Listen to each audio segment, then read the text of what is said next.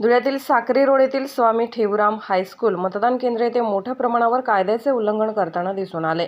या ठिकाणी भारतीय जनता पार्टीचे काही नगरसेवक व कार्यकर्ते सरासर बूथजवळ उभे राहून लोकांना हात जोडून प्रचार करताना आढळून आले। असे अनेक व्हिडिओ व छायाचित्र मिळून आले आहेत। यामध्ये भाजपाचे माजी नगरसेवक व कार्यकर्त्यांना प्रशासनाचा कुठलाही वचक दिसून येत नसल्याचा आरोप करण्यात येत आहे।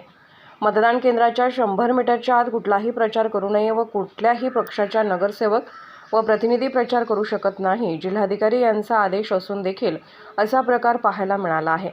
त्या ठिकाणी पाहणी करायला आलेले राष्ट्रवादी शरद पवार गटाचे रणजित राजे भोसले यांना देखील निदर्शनास आले व हा प्रकार पाहायला मिळाला। या ठिकाणी होत असलेला गैरप्रकार लक्षात घेता त्यांनी तात्काळ कारवाईची मागणी केली।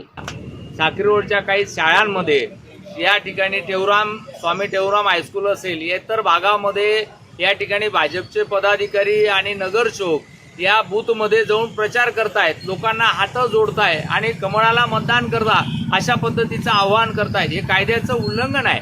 आचारसंहिता ज्या आपल्याला मांडून ठेवलेली आहे त्याचं सुद्धा उल्लंघन करण्यात आलं। आम्ही या गोष्टीचा निषेध करतो आणि निवडणूक आयोगाला विनंती करतो की तात्काळ आतापासून या ठिकाणी जे 100 मीटरच्या आत कुठल्याही राजकीय पक्षाच्या प्रतिनिधींना या त्यांच्या नगरसेवक असतील त्यांना या ठिकाणी प्रवेश देऊ नये अशा पद्धतीची मी विनंती करतो।